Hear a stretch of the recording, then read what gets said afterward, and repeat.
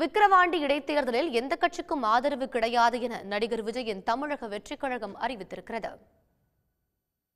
தமிழக வெற்றிக் கழகம் என்ற பெயரில் அரசியல் கட்சியை தொடங்கிய நடிகர் விஜய் அதன் வளர்ச்சிப் பணிகளில் தீவிரம் காட்டி வருகிறார். 2026ஆம் ஆண்டு நடைபெறும் சட்டசபை தேர்தலே இலக்கு என்ற முழக்கத்துடன் செயலாற்றி வரும் தமிழக வெற்றிக் கழகம் விக்கிரவாண்டி இடைத்தேர்தலில் போட்டியிடுமா என்ற எதிர்பார்ப்பு நிலவி வந்தது. அதிமுக, தேமுதிக ஆகிய முக்கிய கட்சிகள் இடைத்தேர்தலை புறக்கணிப்பதாக அறிவித்ததை அடுத்து விஜய் கட்சியின் நிலைப்பாட்டை அறிய பலரும் ஆவல் கொண்டிருந்தனர். இந்நிலையில் விக்கிரவாண்டி இடைத்தேர்தலில் எந்த கட்சிக்கும் ஆதரவு இல்லை என்ற முடிவை அந்த கட்சி அறிவித்துள்ளது. 2026 சட்டமன்ற தேர்தலில் வெற்றி பெற்று மக்கள் பணியாற்றுவதே கட்சியின் இலக்கு என்றும், இடைப்பட்ட காலத்தில் நடக்கும் உள்ளாட்சி தேர்தல் உள்பட எந்த தேர்தலிலும் தமிழக வெற்றிக் கழகம் போட்டியிடாது என்று அந்த கட்சியின் பொதுச் செயலாளர் எஸ். ஆனந்த் தெரிவித்திருக்கிறார். இதையடுத்து விக்கிரவாண்டி இடைத்தேர்தலில் திமுக, பாமக, நாம் தமிழர் கட்சி இடையே மும்முனை போட்டி உறுதியாகியுள்ளது. உடனுக்குடன் செய்திகளை தெரிந்து கொள்ள சன் நியூஸ் பெல் ஐகானை கிளிக் பண்ணுங்க.